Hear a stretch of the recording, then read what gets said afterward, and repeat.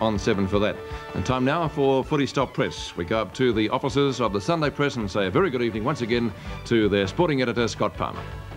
Good evening, Peter. It's great to have you, the viewers, back with us at the Sunday Press. Everything went out the window, said Tom Hafey after Geelong had bombed out against Richmond at VFL Park. And while speculation now is rife that Hafey's job at Cardinia Park could be on the line, he said tonight, quote, "I'd like to be back with the Cats next year." Mark Jackson, he said, wasn't to blame today. The ball didn't go down to him, he said. We will decide during the week whether Jacko plays in the last match of the season. Jacko was credited with only 3 kicks against the Tigers today. Big Daryl Flanagan broke his collarbone in the reserves and he'll miss the rest of the season. Paul Sproul said it appeared to be the weakest side that Richmond has fielded all year on paper. But he said we worked hard, everyone put in and we played direct football. Mike Pickering did the rest with 6 great goals. Essendon strongman Roger MERRETT has been reported by field umpire Jeff Morrow for allegedly striking St Kilda's Gary Hodges with a fist to the chest. The Bombers didn't appear too concerned in the rooms after the match.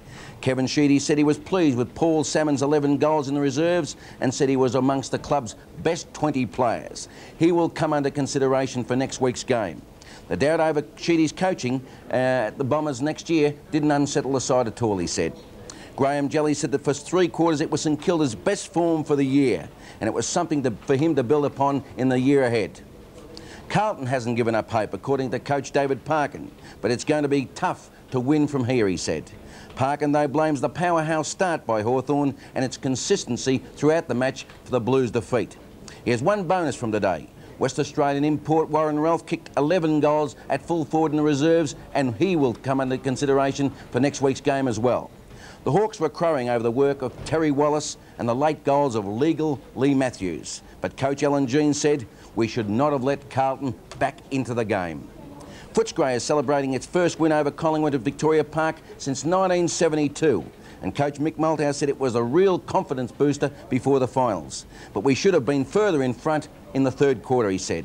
Malthouse said the Bulldogs will not relax and he'll be looking no further than next week against St Kilda, although Mickey now knows it'll be Hawthorn that the Bulldogs have to meet first up in the finals. Fullback Rick Kennedy will resume with the reserves next week and could be a bonus in the weeks ahead.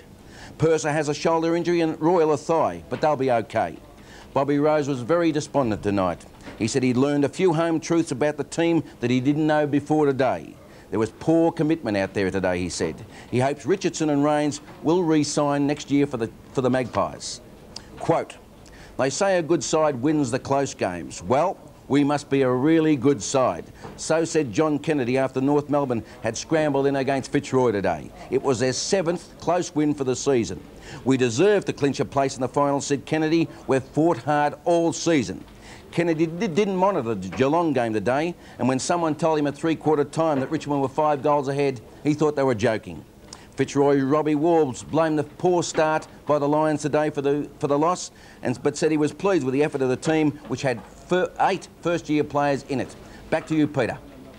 Right, thank you, Scotty. 7's Big League. More action coming up in just a moment.